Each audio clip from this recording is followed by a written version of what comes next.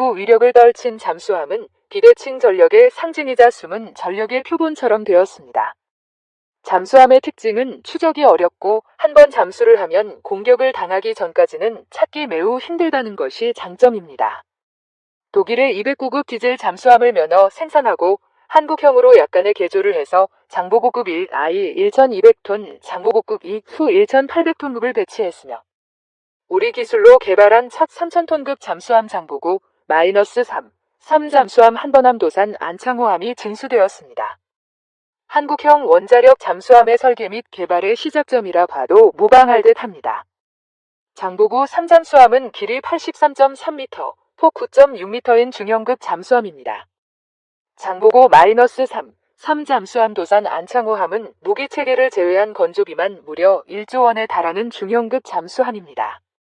배수량은 3,320톤이고 무장과 화물 등을 탑재한 만재 배수량은 3,400에서 3,500톤 정도로 추정되고 있다. 장보고 3도산 안창호함은 기존 1,200톤, 1,800톤급과 결정적으로 다른 것은 함교에 6개의 수직 발사관이 있어서 잠대지 탄도 미사일, SLBM-이 발사 가능합니다. 디젤 잠수함에 수직 발사관이 있는 경우는 장보고 3도산 안창호함이 유일하다. 이로써 북한은 물론 일본, 중국도 견제할 수 있는 강력한 타격 수단을 보유한 것을 의미합니다. 공기 불유 추진 체계 AI의 고성능 연료 전지로 연속 자막 능력이 20열로 수중에서 훨씬 더 먼 거리, 넓은 작전 범위도 가졌습니다.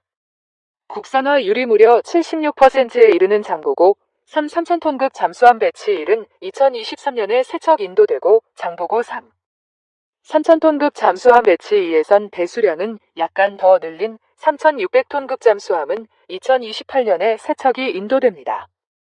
마지막으로 장보고 3000톤급 전력 배치 3는 한국형 핵추진 잠수함으로 제작해서 추후에 세척을 배치할 계획인데 아직 확정적이지는 않은 듯합니다. 이 한국 핵잠수함 프랑스 바라쿠타급 잠수함 모델로 국내 개발 장보고 3배치. 지난 8월 10일 국방부는 2021에서 25년 국방중기계획을 공개했습니다. 국방중기계획은 향후 5년간 군사력 건설과 전력운용 계획을 담고 있습니다. 국방중기계획에는 잠수함 전력을 유사시 대응 능력이 강화된 3000톤급 잠수함 전력화를 완료하고 무장 탑재 능력과 자막 능력이 향상된 3600톤급 및 4000톤급 잠수함을 건조한다고 되어 있습니다. 해군은 2018년 9월 14일 진수된 3000톤급 도산 안창호함 SS-083은 세 번째 잠수함 사업인 장보고의 초도함이입니다. 독일 기술로 만든 장보고와 달리 국산 기술로 모두 9척을 건조합니다. 기술적 과제와 발전 가능성을 고려해 세척 시 끊어 3단계 배치로 도입합니다. 도산 안창호함은 배치의 한번함이며 이후 2020에서 24년 기간에 2척을 차례로 전력화할 예정입니다. 장보고 잠수함과 관련 배치는 3600톤급 배치는 4000톤급으로 사업이 진행됩니다. 배치의 추진 방식은 핵추진 잠수함으로 개발할 것이라는 말이 나오고 있습니다.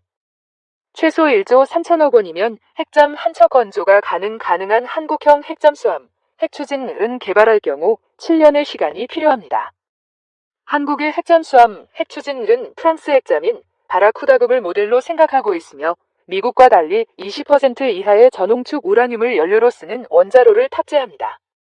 미국 핵잠은 90% 이상의 고농축 우라늄을 씁니다. 석율열 서울대 원자핵공학과 교수는 핵잠용 원자로는 4년 안에 시운전할 수 있다며 한번함 건조엔 1조 5천억 원이 들어가지만 이후 비용은 1조 3천억 원으로 떨어진다고 설명했습니다.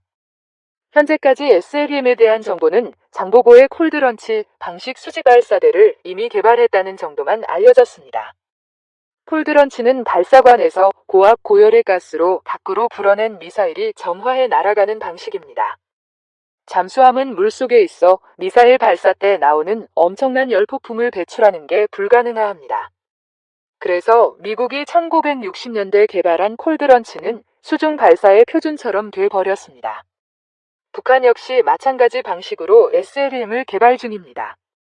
국방부는 수중에 가라앉힌 바지선에서 순항 미사일인 현무-3을 발사하는 영상을 공개했습니다. 장보고 배치은 콜드런치 수직 발사기 6문을 갖췄고 배치는 8문 또는 10문으로 배치는 10문 이상으로 각각 늘어나고 미사일의 크기도 커질 수 있습니다. 한국형 SLM은 지대지 탄도미사일인 현무-2 가운데 사거리가 가장 긴 현무-2C 800km를 원형으로 삼을 것입니다. 12월 전력화 예정인 도산 안창호함에서 시험 발사한 뒤 2021년 실전 배치될 계획으로 보입니다. 물론 어뢰 발사관을 통해 현무-3 기반의 순항미사일을 쏠 가능성도 있습니다. 문재인 정부는 미국으로부터 전시작전 통제권, 전작권을 받으려면 자체적 전략목표 타격, 킬체인 능력을 키우기 위해서 한국 핵잠수함 계획하고 있는 듯합니다. 전략목표 타격은 북한이 핵미사일을 발사하려 할 때 선제적으로 타격한다는 개념입니다. 한국형 SLBM을 탑재한 한국형 핵잠이 바닷속에 숨어 있다가 북한이 핵미사일 공격 조짐을 보일 때 SLBM을 제거하는 용도입니다. 문재인 대통령은 대선 후보 시절인 2017년 4월 토론회에서 핵잠수함은 우리에게도 필요한 시대가 됐다며 대통령이 되면 미국과 원자력 협정 개정을 논의할 것이라고 말했습니다. 한국은 미국에서 우라늄을 수입합니다. 또한 한미 원자력 협정은 한국의 우라늄 농축 상한선을 20%로 제한하고 있습니다. 또 협정에 따라 이전된 핵물질을 핵무기 또는 폭발장치에 연구 개발이나 어떤 군사적 목적을 위해서도 이용하지 않는다고 규정했습니다. 하지만 핵무기 개발이 아닌 핵잠은 예외라고 해석할 여지가 있습니다. 당선 후 문 대통령은 핵잠 보유 공약을 차근차근 구체화하려고 노력했고 미국을 설득해 핵잠 보유에 대한 양해를 얻으려고 했습니다. 2017년 9월 유엔 총회 기간 중 미국에서 열린 한미 정상회담을 앞두고 양국 간 합의가 이뤄졌습니다. 하지만 구체적 내용에 대한 발표는 없었습니다. 한국의 핵잠 건조 기반은 충분하다는 게 정부 소식통의 공통 의견입니다. 한 정부 소식통은 국방과학연구소 AIP가 핵잠 설계에 대한 능력과 기술을 충분히 확보했다고 말했습니다. 3. 한국형 핵추진 잠수함의 필요성과 과제. 북한은 2016년 8월 24일 신포에서 잠수함 발사 탄도미사일 SLBM 시험 발사했으며 반경 약 500km를 날아갔다. 현재 북한의 수중사출 및 비행 기술은 상당 수준까지 진전된 것으로 보인다. 사실 SLBM 첨단 기술은 전 세계에서 오직 6개국, 미국, 영국, 러시아, 프랑스, 중국, 인도만 보유하고 있다. 무엇보다도 북한이 SLBM 능력을 보유했을 때 가장 중요한 의미는 북한의 핵무기 전략 운용에 있어 보복, 세컨드 스트라이크이 가능하게 된다는 것이다. 그러나 북한의 SLBM을 탑재할 수 있는 잠수함 기술은 아직 낙후되어 있다. 이러한 한계를 극복하기 위해 북한은 동치 직경을 기준으로 10기가량의 핵 장착 SLBM을 탑재할 수 있는 길이 90m인 4,000에서 5,000톤급 규모의 핵추진 잠수함 확보를 목표로 하고 있다. 만약 북한이 이러한 전력을 확보한다면 제주도 남쪽까지 이동해 SLBM을 발사할 수 있다. 미국이 선제 공격하더라도 2차 핵 보복으로 괌과 하와이, 오키나와를 완전 파괴할 수 있게 된다는 것이다. 따라서 우리 해군은 북한의 핵잠수함 전력을 능가하는 첨단 핵추진 잠수함 전력으로 위기 상황 시 선제 타격할 수 있는 수중 추적 및 공격 능력의 확보가 필요하다. 또한 핵추진 잠수함은 20노트 이상으로 항해하는 해군의 기동함대 호위에도 필수적이다.